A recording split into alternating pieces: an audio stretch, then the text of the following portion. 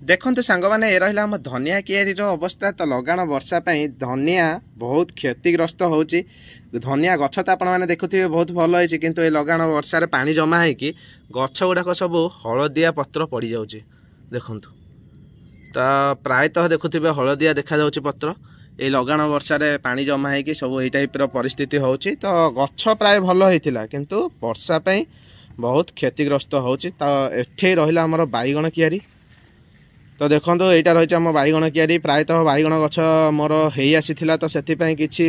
प्रभाव पड़ा ना किंतु बैगण कियारी मध्य विभिन्न प्रकार अनाबना घास गछ सब उठी जाइए परिश्रम करके सब उपाड़ा पड़ो ना बैगण गचर सब सार भिड़ी नब यहाँ भी लगाण वर्षा परिस्थिति तैयारी होती तो सांग मैंने आउ कि देखा मुझे आपण मानक यहाँ रोचे आमर बीन गछ सांग मैंने बीन गछ देखो केते सुंदर भाव में होती प्रायतः बीन गछ